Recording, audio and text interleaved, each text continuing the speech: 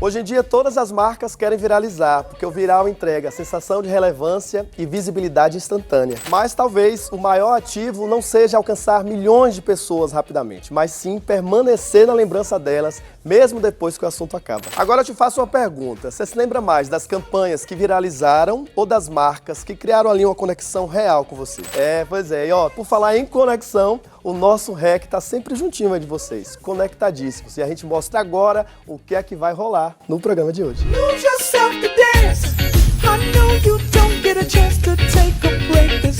Hoje você vê como a Brahma e a Africa Creative estão incentivando a torcida brasileira na Copa. Confere nossa passagem pela primeira edição da São Paulo Innovation Week. Assiste a nossa conversa com Guilherme Bernardes, do Santander.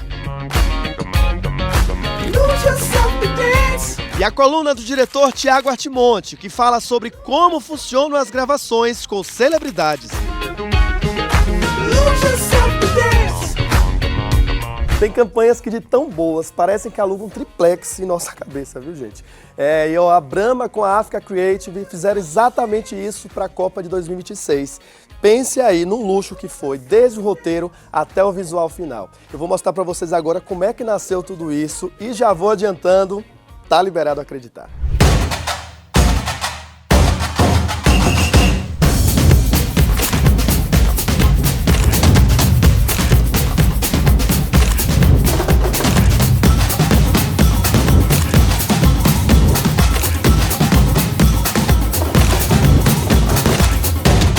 A Brahma é uma marca de 1888. Ela sempre foi uma grande apoiadora da seleção brasileira. E eu acho que marcas centenárias têm que achar esse equilíbrio entre ser fiéis à sua essência, à sua origem, mas ir de uma maneira contemporânea navegando os tempos.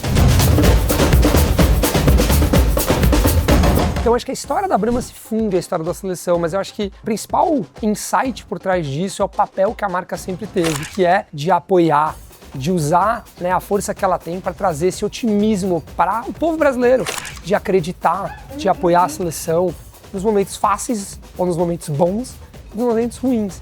Eu acho que isso é o que sempre vai marcar a nossa história da Brahma com o futebol, com a seleção.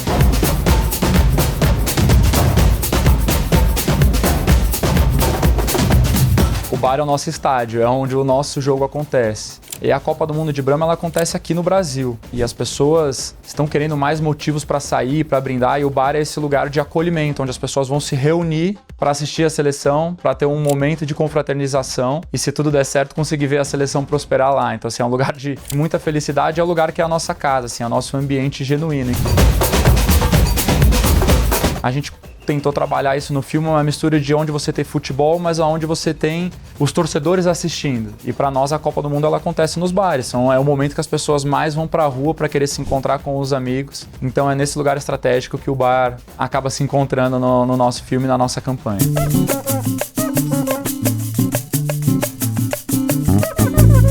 A gente tem uma relação África e Ambev que é uma relação de um time só. Então eu acho que não existe a África e o time de Brahma, existe o time de Brahma. E quando a gente começou a falar sobre Copa do Mundo, foi uma coisa, um push que a Ambev deu pra gente, que eles vêm fazendo pra gente, que é eu quero entretenimento. Eu não quero propaganda, eu quero entretenimento. E isso é música para os ouvidos de qualquer agência de comunicação, né? Eu quero fazer uma propaganda que seja mais do que uma propaganda, eu quero que seja entretenimento, eu quero propaganda de verdade, eu quero conteúdo que as pessoas queiram de fato assistir. A palavra acreditar sempre esteve muito presente desde o dia 1, quando a gente começou a falar sobre Copa do Mundo, e a gente tinha muito isso na cabeça de como fazer o brasileiro acreditar no Hexa, acreditar na seleção. Então isso sempre esteve na nossa cabeça. E aí a gente chega nessa frase do tá liberado acreditar, onde tá liberado é uma expressão super cervejeira, onde a gente tá aqui 5 da tarde e pô, acabou o expediente, tá liberado, vamos tomar uma. E também é uma expressão de Copa do Mundo. Então você tem, o jogo é às 4 da tarde, 2 da tarde, tá todo mundo liberado. Então é uma intersecção de uma expressão copeira de Copa do Mundo e cervejeira também. Então isso foi muito feliz, juntando um símbolo que tá no DNA da marca, que é o número 1, que ela sempre foi conhecida com a cerveja número 1, fazendo o dedo cruzado, que ajuda a fazer o tá liberado acreditar. Não dá pra gente falar sobre comemoração, não dá pra gente falar sobre euforia no momento que as pessoas estão descrentes, assim. Então, quando a gente apresentou essa visão estratégica, saindo desse lugar comum, mas se conectando muito com o brasileiro, eu lembro que a gente fez a apresentação da estratégia e a Ambev olhou e falou, é isso, era isso que eu tava buscando, é um insight específico, é um insight diferente, é um insight verdadeiro e é isso que a gente precisa seguir.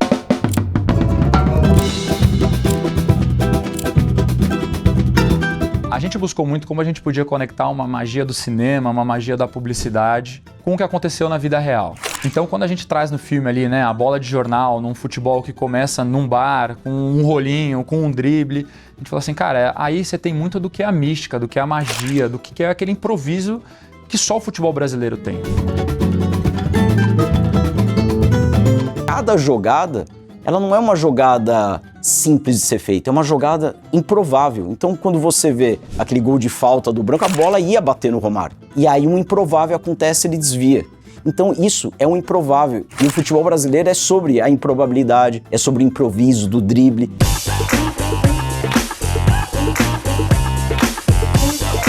Quis ir para um lugar muito cinematográfico, né? Tem bastante inspiração até do Agente Secreto, então desse momento onde o Brasil é visto até meio de fora para dentro, assim, as pessoas admirando o Brasil pela essência dele, a gente quis trazer isso na cinematografia, então a gente acabou optando por filmar em digital, mas usando técnicas para trazer essa textura mais da película. Brahma está muito relacionado com futebol. Cerveja e futebol nesse país são coisas que andam de mãos dadas. Então foi fácil fazer essa transposição, de levar um pouco dessas conexões que já existem, trazendo um pouco dessa festa do futebol para a cerveja, que ela é o motor-chefe desse universo. Esse filme já colocou a gente como líder das conversas. Então a gente já está no caminho certo para a gente construir esse grande objetivo, que é fazer a Brahma uma vez estar liderando as conversas. Eu acredito que o filme, ele tem em si o acerto dos Alaskas, a música veio com uma coisa muito incrível, né? um Remember do Calbi Peixoto. Tudo foi encaixando, né? E aí quando tudo encaixa, você sabe que você tem uma obra diferente na mão. O que é melhor para o filme? Então não é para mim, não é para produção, não é para criação, não era para produção executiva, para o filme, para essa história. Como que a gente vai contribuir para essa história? Tá liberado a acreditar, o improvável também acontece. E se a gente acreditar, dentro de campo vai ser o reflexo disso. Então a gente convida, no fim do filme, cada brasileiro a acreditar que o Hexa vem aí. Se as nossas marcas puderem estar junto, não com protagonismo, mas ao seu lado, como um parceiro, alguém que está junto viabilizando coisas, é isso que a gente quer. Imprimir essa memória no coração das pessoas. Tamango levanta a poeira, a poeira do chão.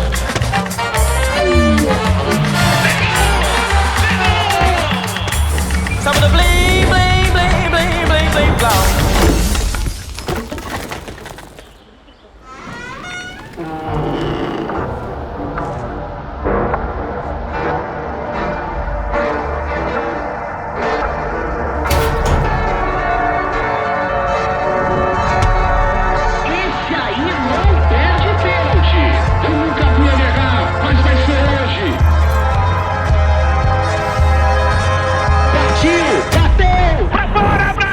Samba blim, blim, blau.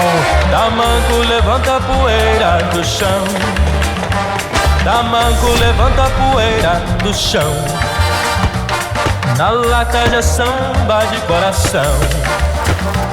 Se o samba não tem tamborim, faz meu samba assim, tiriric, papá.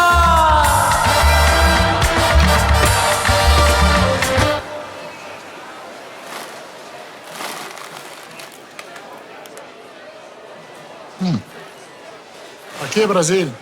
Tá liberado a acreditar. Sábado blim, blim, blim, blim, blim, blim, blau. Tamanco batucando. Beba com moderação. Agora bora de conversa boa. Olha, eu conversei com o Guilherme Bernardes, ele é CMO do Santander e foi um papo super interessante. Vocês acompanham agora comigo.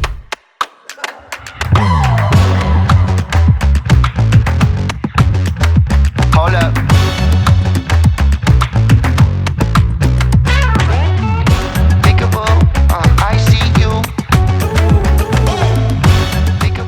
Experience Leaders, a gente recebe os principais líderes do mercado, né? Nomes que estão por trás aí de decisões importantes que impactam aí o dia a dia das pessoas. E hoje a gente vai conversar com muita honra com ele, ó, Guilherme Bernardes, ele é CMO do Santander aqui no Brasil.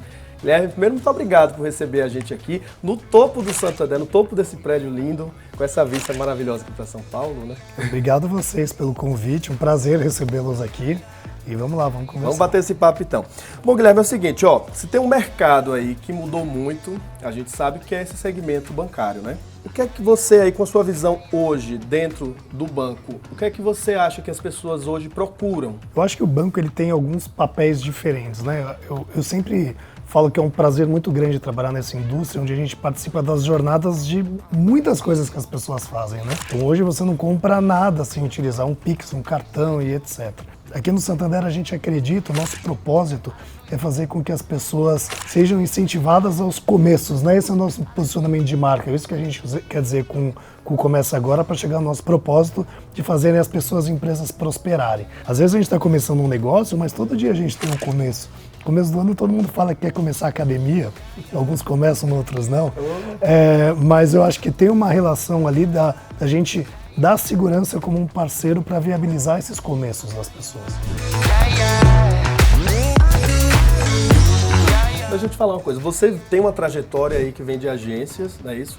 E hoje você está aí, ó, do outro lado do balcão, agora como cliente, né? Como é que é? Como é que muda a forma de liderar o marketing nesse sentido? Olha, eu trabalhei 16 anos em agências no Brasil e na Inglaterra. Foi uma experiência incrível de estar muito perto da criatividade para resolver os problemas de negócio do cliente. Nesse período mais longo, eu trabalhei sempre nas áreas de negócio e foi muito legal porque eu consegui passar por várias indústrias. Então eu trabalhei muitos anos com indústria financeira, mas trabalhei com telecom, trabalhei com indústria automobilística. Tive uma passagem pelo Google também, que me trouxe uma outra perspectiva. Fiquei por 5 anos lá, onde trouxe uma perspectiva, digamos, mais técnica e até de growth e de jornada de cliente, que foi muito legal. Mas eu acho que foi um movimento natural chegar nesse lugar da minha carreira agora, onde de fato eu consigo montar as estratégias junto com o meu time, com a estrutura do banco e executar. Eu acho que do papel da agência, ou tanto de um veículo de comunicação, a gente atua em muitos casos como um consultor estratégico. Aqui a gente é o dono da estratégia da execução. Foi um movimento natural de carreira e eu me sinto muito feliz em estar desse lado agora para ajudar a liderar junto com o time e com o resto da instituição a estratégia de uma marca mais do que centenária no mundo, né?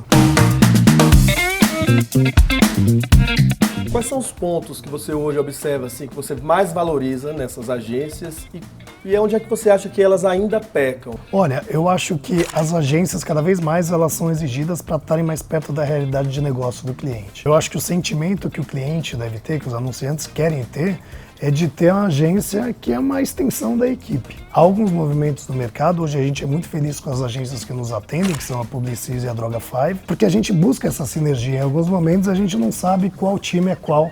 Eu acho que esse é o lugar onde a gente deveria estar.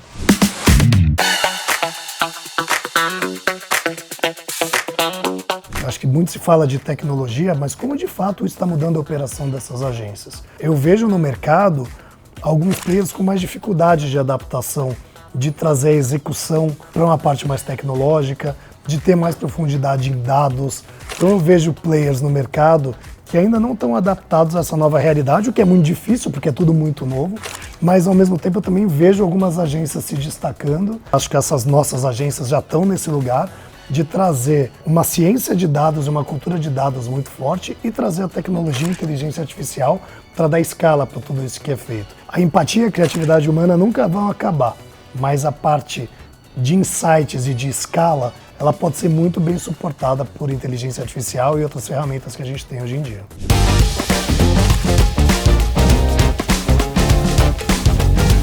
Nessa cadeira aí de CMO, né, que hoje é preciso, que não era preciso, sei lá, 10 anos atrás? O pulso do negócio tem que estar com a gente também. Não adianta a gente ficar desconectado. Ao mesmo tempo, a gente tem que saber o papel da marca e a responsabilidade que a gente tem para mostrar que uma marca forte vai sim atrair mais clientes, vai trazer favorabilidade para o nosso negócio. Então eu acho que o papel ele foi se transformando. Eu acho que o tom de conversa, quando a gente conversa, por exemplo, com o CFO, hoje em dia a gente tem muito mais informação para trocar. Ela deixou de ser uma postura mais insightful por ser uma postura mais embasada hoje em dia, em números, em dados. E a parte do insight, ela acaba sendo a cereja do bolo. A estrutura e a transformação que a gente fez na área de Santander tem muito a ver com isso. Quando a gente traz CMI, quando a gente traz um time de NPS, que hoje fica dentro do marketing do Santander, porque ali a gente tem o pulso do consumidor, o pulso do nosso cliente, e a gente consegue ter as conversas internas que a gente tem de um jeito muito mais embasado e participar dessa construção conjunta, né? Outro papel importante aqui é a gente estar na mesa do desenvolvedor de um produto, para a gente sugerir jornada, para a gente ajustar e vice-versa. Que antes era mais solto. Era mais clusterizado, vamos dizer assim. O time de negócio está aprovando campanha junto comigo também. Cada um na sua especialidade, mas não tem por que ser um cotovelo aqui dentro. A gente trabalha integrado aqui no Santander. Então, eu acho que essa é uma postura mais nova de uma postura de CMO aqui dentro. E eu estimulo todo o marketing e a empresa é muito colaborativa nesse aspecto aqui também. Bom, deu para ver que o jogo aí do marketing nos bancos não é nada simples, né, gente? Tem muita estratégia por trás. Mas a gente vai encerrar aqui a primeira parte do nosso papo com o Guilherme Bernardes, ele que é CMO do Santander no Brasil. E em breve tem a segunda parte, que esse papo vai render muito ainda.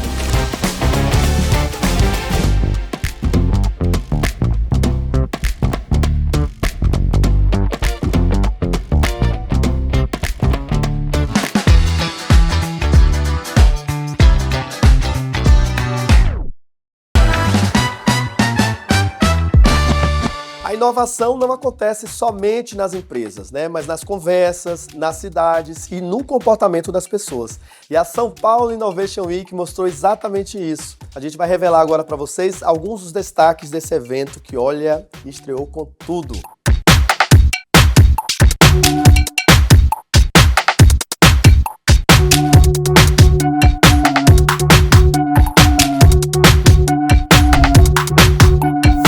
São Paulo Innovation Week, estamos muito animados, credenciamos 40 mil pessoas, um público super interessado, 33 palcos simultâneos para a gente falar sobre os mais importantes setores da economia do país, conduzidos pela tecnologia e inovação. As pessoas saem de São Paulo e vão para o Rio Innovation Week, vão para o South by South, vão para Las Vegas, para a CES, vão para Lisboa, para o Web Summit, mas não tem um grande evento dessa natureza em São Paulo. Então a gente enxergou a oportunidade e passamos os últimos quase 2 anos, né, preparando, e o resultado disso está aqui hoje, a gente está super satisfeito. Estarmos aqui, né, como CMOs, palestrantes, ouvindo, é totalmente necessário. Eu brinco que sair de dentro de casa é o que me oxigena como uma marqueteira, a gente tem que estar na rua. Então é necessário, né? Você tá se oxigenando, entendendo o que está acontecendo, ouvindo novas pessoas, novos pontos de vista, novos paradigmas. Eu acho que só assim a gente cresce. Então acho que essa é a combinação perfeita, né? O lugar perfeito para um profissional estar. E é claro que em um evento de inovação, o assunto inteligência artificial ia dominar as conversas. Se tiver uma grande inovação, é a inteligência artificial que permeia a todos os segmentos. E não dá mais para você só usar agora o Cloud ou o ChatGPT só para conselho amoroso.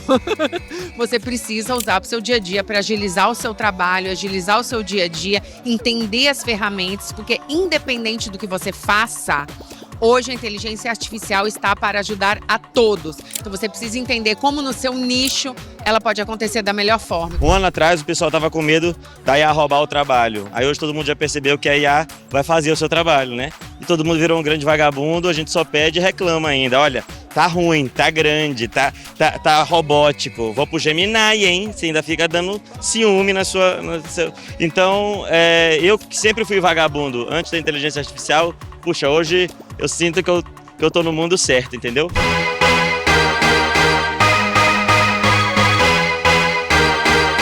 Mas nem só de IA vive o São Paulo Innovation Week.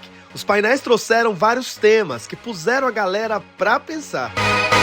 Eu fiz um painel super legal, foi mediado pelo Fernando Luna e eu estava junto com a Flávia Molina. O tema do painel era transformando de verdade os negócios e falando dos desafios de elaborar estratégias, mas ao mesmo tempo num contexto que tudo muda muito rápido, né? Como a gente garante que o destino se mantém o mesmo, mas o como chegar até lá vai se moldando, vai se atualizando e vai trazendo um pouco de flexibilidade para as organizações também.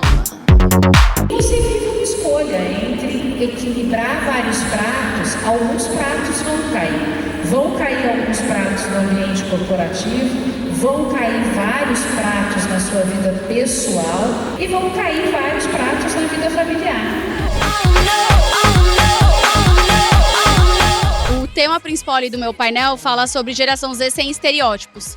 Então eu acho que quando você apresenta um grupo de pessoas ali da geração Z por uma perspectiva de como a sociedade ao qual eles cresceram é o que define muito das características que as pessoas criticam, eu acho que a inovação aqui nesse caso é poder trazer um novo olhar do público que vai assistir a palestra para essa geração. Então, vou mostrar que, por exemplo, uma das coisas que a geração Z busca em carreira é estabilidade. E talvez muitas pessoas não achem isso e pensem que eles só querem viver do TikTok, entendeu? Então, acho que são nesses detalhes que a gente vai explicando o porquê de determinados comportamentos que a empatia vai sendo criada.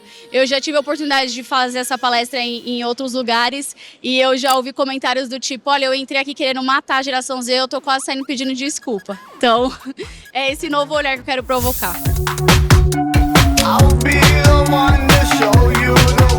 A inovação, eu acho que é entender a maturidade desse mercado, assim, como existem pessoas hoje que estão estudando, que é um constante aprendizado, mas que existe uma certa maturação já no mercado, e acho que de inovação é isso, é o entendimento de como que é feito o processo. O conteúdo, ele não é ele é subjetivo, não é palpável, mas ele ainda assim, ele funciona numa lógica de por quê? Como, que é bem a lógica do jornalismo, né? Por quê? Como? Onde? Com quem eu quero falar? Então, acho que a inovação que eu percebo aqui é tanto de uma maturidade do mercado, mas também da gente se desafiando. The future belongs to the deeply human. Então, o futuro pertence ao que é o mais humano em nós. E é isso que a gente viu no festival, e é isso que a gente está vendo aqui. A gente está numa corrida maluca pela tecnologia, mas temos que pensar na pecinha por trás, de ter conforto, de ter ética, de ter regulação e de usar a tecnologia onde ela tem que ser usada e de não usar a tecnologia onde ela não deve ser usada. Isso foi muito discutido no South by e também está sendo discutido aqui. É fundamental a gente entender o espaço de cada coisa. Usar a tecnologia sim, mas do jeito certo.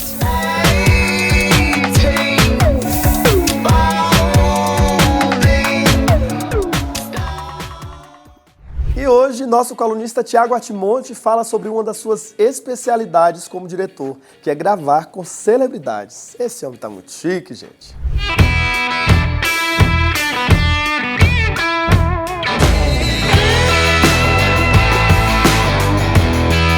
Eu tava olhando meu feed e tava pensando, com esse boom de influencers, por que grandes marcas continuam pagando milhões por celebridades? Eu sou Artimonte, diretor criativo, e me dá 3 minutos que eu te conto tudo o que está acontecendo no mundo da publicidade. Bora! Pensa comigo, você abre o feed e tem conteúdo patrocinado em todo canto. Então como é que uma marca consegue se destacar nesse cenário? A resposta é óbvia, celebridades. Você consegue conectar os públicos, unir essa criatividade em torno de um ser humano admirado por todos, eu acho que é uma honra gigantesca fazer parte disso. Existem alguns dados que dizem que campanhas com celebridades geram até 30% mais conversão do que anúncios comuns, porque elas chegam com algo que o influencer, na maioria das vezes, ainda está construindo: significado e credibilidade. Existe reconhecimento imediato, uma relação com o público construída ao longo de anos. Quando você contrata um Big Brother e não um influencer, você gera debate. Os fãs de Big Brother ou de reality shows em geral, eles se identificam com o personagem. Nesses últimos 20 anos, eu tive o prazer de dirigir campanhas com grandes nomes. E toda celebridade tem um estilo, um formato, um jeito. E a função do diretor é acolher com respeito e atenção. É fazer essa estrela brilhar ainda mais. Bom, primeiro assim, né, a relação de ator e diretor é uma relação que tem que se estabelecer pela confiança, pela segurança, ainda mais publicidade, que é um material assim muito rápido. Você tem que dar credibilidade para aquilo que você está fazendo. Um exemplo, pega o Galvão Bueno. São décadas na frente das câmeras dos maiores eventos do esporte mundial. Quando você coloca uma marca do lado dele, ela herda uma credibilidade que nenhum budget compra. A gente tem que se entender. Ele tem que cobrar de mim, eu tenho que tentar fazer o que ele quer, às vezes tem que dizer para ele que não tá bom. E a frase Brasil do Brasil? Aposto que você já ouviu isso antes. É a Bia do Brás. Criou um bordão que viralizou no país inteiro. Ela saiu do BBB com uma coisa muito difícil de construir: autenticidade. E as marcas querem exatamente isso, esse frescor. E foi a primeira vez que eu gravei com arte, foi legal pra caramba. Ele é muito criativo, ele tem muitas ideias na hora e executa rápido, que é o que eu gosto, e ele também acredita na autenticidade.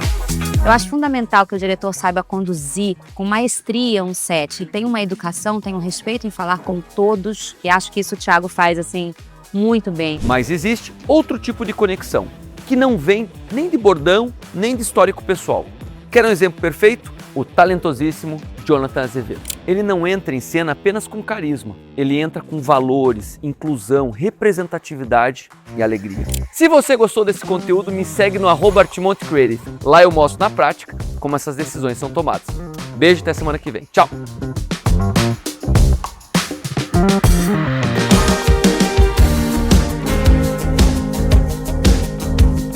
Minha gente, olha, nosso programa vai ficando por aqui. Muito obrigado pelo seu carinho e a sua audiência de sempre. Lembrando que nossa conversa continua, hein? Lá nas redes sociais. É só acessar @Programa Reclame em todas as plataformas. E claro, se você quiser rever nosso programa, é só ir lá no Globoplay. Aliás, eu vou deixar um beijo especial aqui à turma do Cortina, esse bar super descolado que a gente gravou o programa hoje. Pense aí, gente. Bons petiscos, bons drinks, boa música e dá pra dar também aquela paquerada, viu? Que ninguém é de ferro. Eu mesmo vou ficar aqui, quando terminar aqui, eu vou ficar aqui pra curtir um pouquinho, tá bom? Semana que vem estamos de volta. Tchau, tchau. Até mais.